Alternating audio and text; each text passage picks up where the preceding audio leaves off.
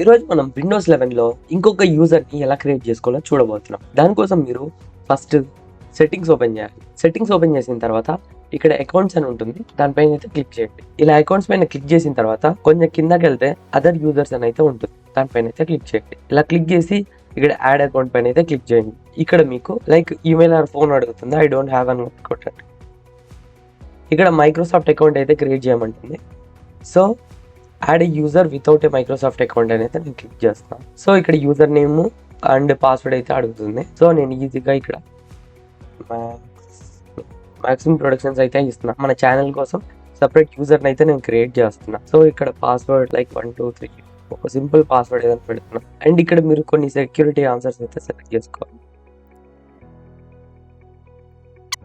ఇలా security questions అయితే answer చేసేసి ఇక్కడ నేను నెక్స్ట్ పైన అయితే క్లిక్ చేస్తాను. సో ఇక్కడ లోకల్ అకౌంట్ అయితే క్రియేట్ అయింది. సో ఇక్కడికి వెళ్ళి చేంజ్ అకౌంట్ టైప్ అయితే నేను నొక్కి ఇక్కడ స్టాండర్డ్ యూజర్ అయితే పెట్టుకోవాలి. ఇక్కడ స్టాండర్డ్ యూజర్ ఆల్రెడీ ఉంది కాబట్టి నేను ఓకే అయితే క్లిక్ చేస్తున్నాను. మనకి కొత్త యూజర్ అయితే క్రియేట్ అయిపోయింది. ఇదే అయిందా లేదా ఎలా చూసుకోవాలంటే ఇక్కడ విండోస్ పైన క్లిక్ చేస్తే ఇక్కడ మీ ప్రొఫైల్ కనిపిస్తుంది. సో అక్కడైతే క్లిక్ చేయండి. చేస్తే ఇక్కడ అదర్ 3 డాట్స్ పైన క్లిక్ చేస్తే ఇక్కడ అదర్ యూజర్స్ అనేది కదా. సో ఇక్కడ మాక్సిమం ప్రొడక్షన్స్ అని అయితే. సో ఇప్పుడు నేను దాన్ని క్లిక్ చేస్తే అది వేరే యూజర్ లకి అయితే నేను తీసుకెళ్తాను. గైస్ అదైతే ఓపెన్ అవుతుంది యూజర్. ఇది మనం ఫస్ట్ టైం ఓపెన్ చేస్తాం కాబట్టి కొంచెం టైం పడుతుంది ఓపెన్ అవ్వడానికి. నార్మల్ గా అయితే ఇంత టైం పట్టదు.